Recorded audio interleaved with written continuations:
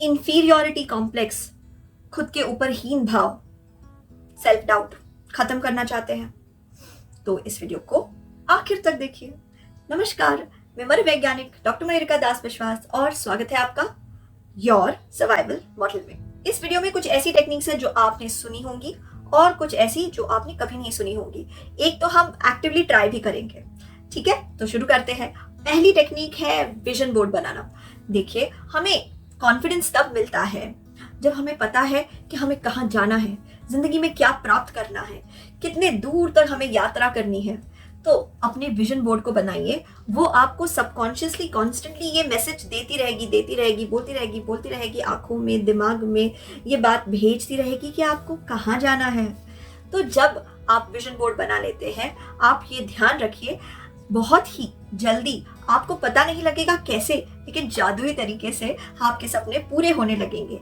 इसलिए अपने सपनों को ध्यान से चुनिएगा। कई बार हम अपने ऊपर भरोसा खो देते हैं, हमें लगता है कि हमसे नहीं हो पाएगा। कई बार ऐसा भी होता है कि हमारे आसपास लोग ही ऐसे हैं जो हमें यही बोलते रहेंगे, तुमसे ना हो पाएगा।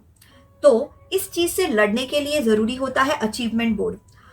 सारे बड़े अचीवर्स अपने सारे अचीवमेंट्स को अपने घर के दीवारों पे लगा कर रखते हैं। वो किन वीआईपी से मिले, उन्हें कब कैसा कौन सा प्राइस मिला था, अपने अवार्ड्स, अपने मेडल्स, इस तरीके से सजा के रखते हैं ताकि जब घर में दूसरे लोग आए, उसे देखें तो उनके ऊपर एक प्रभाव बने और कॉन्स्टेंटली उन्हें भी याद रहे कि उनके अंदर कैसी जबरदस्त शक्ति है। अगर आप आशावादी बनेंगे तो आप इंफीरियोरिटी कॉम्प्लेक्स से जल्दी बाहर आ सकते हैं। आशावादी लोग जब भी किसी समस्या को देखते हैं तब वो अपने आप से कहते हैं कि ये समस्या खत्म होने वाली है। तो अगर इस वक्त आप पढ़ाई में अच्छे नहीं हैं, अपने आप से कहिए कि ये पढ़ाई एक दिन खत्म होने वाली है और तब आपकी जिंदगी में ऐसे काम आएंगे जिसमें आप अच्छे हैं और फिर आप अच्छा करने लगेंगे।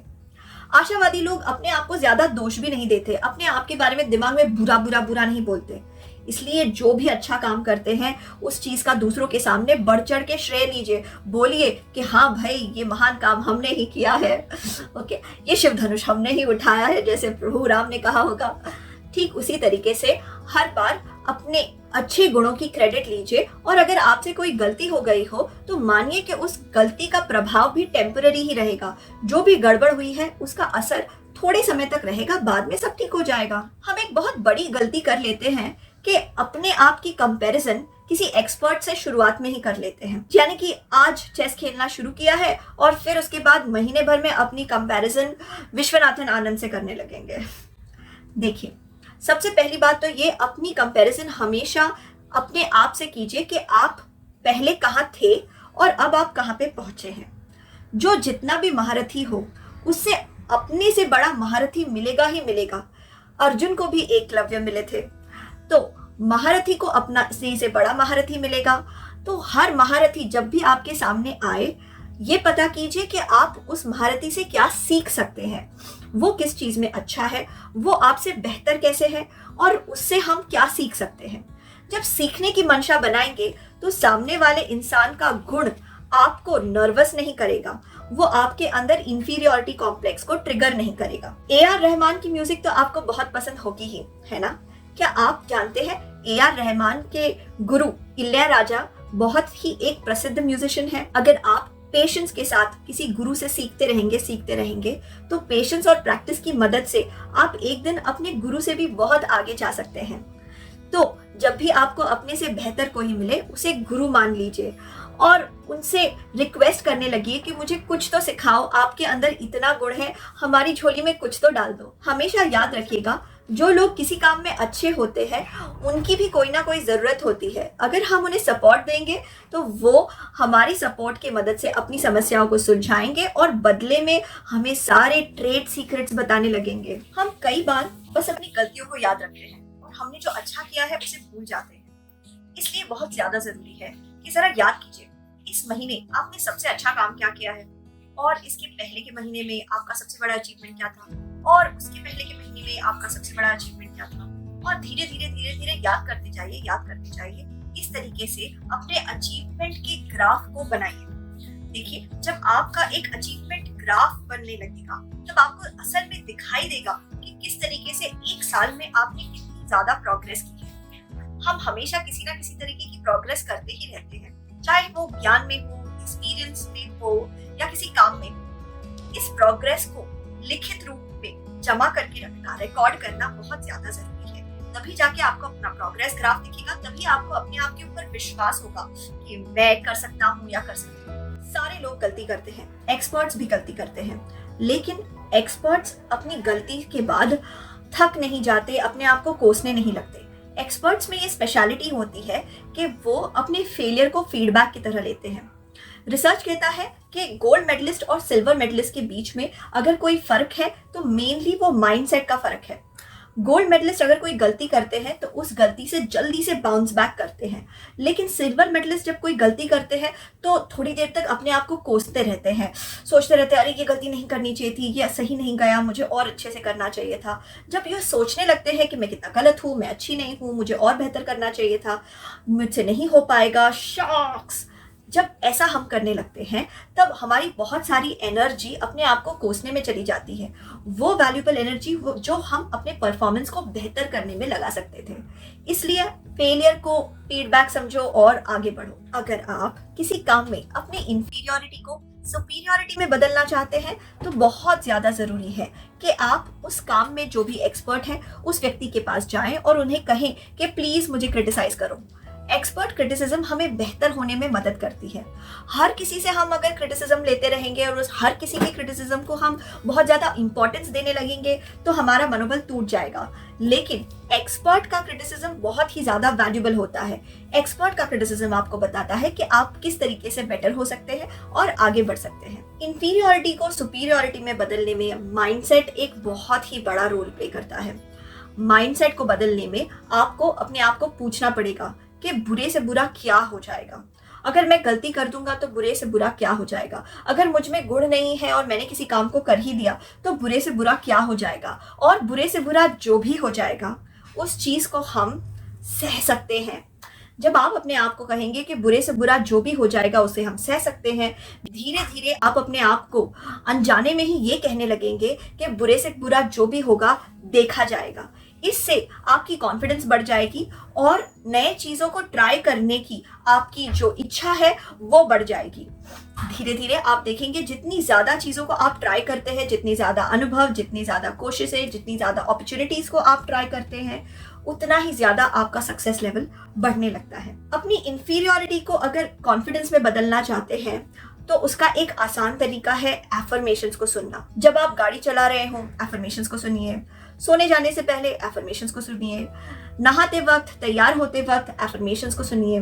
जब आपके दिमाग में एफर्मेशंस चलते रहेंगे, धीरे धीरे आप नोटिस करेंगे कि आपके अवचेतन मन की भाषा भी धीरे धीरे बदलने लगी। सबसे असरदार स्ट्रैटेजी को मैंने सबसे आखिर के लिए रखा था। आपने यहाँ तक देखा है तो चलिए आपको बताती हूँ। ये एक NLP स्ट्रैटेजी है, इसलिए थोड़े सीधे होकर बैठ जाइए, आंखों को बंद कर लीजिए, अपने सांसों के ऊपर केंद्रित हो जाइए। जैसे मैं कहूँ 1 2 3 4 सांसें अंदर लीजिए, जैसे मैं कहूँ 5 6 7 8 सांसें बाहर छोड़ दीजिए। सांसों के ऊपर केंद्रित, सांसें अंदर 1 2 3 4, सांस बाहर 5 6 7 8, 1 2 3 4 5 6 7 8, फिर एक बार 1 2 3 4, सांस बाहर 5 6 7 8। इमेजिन कीजिए, अपने मन की आंखों में देखिए कि आप एक सिनेमा घर में बैठे हैं। ये आपका प्राइवेट सिनेमा घर है। इस प्राइवेट सिनेमा घर में आप आराम से अपने स्पेशल सोफे पे बैठे हैं और आपके सामने एक बहुत बड़ा सा पर्दा है। इस पर्दे को आप कंट्रोल कर सकते हैं। आपके पास एक रिमोट कंट्रोल है। रिमोट कंट्रोल से इस पर्दे के ऊपर उस फोटो को चलाइए या इमेज को चलाइए जिससे आपको डर लग रहा है। आप किस चीज़ को लेके हीन भावना महसूस करते हैं? आपको क्या लगता है आपके हीन भावना की वजह से आप कौन सी गड़बड़ करने वाले हैं? क्या नहीं अचीव करने वाले हैं?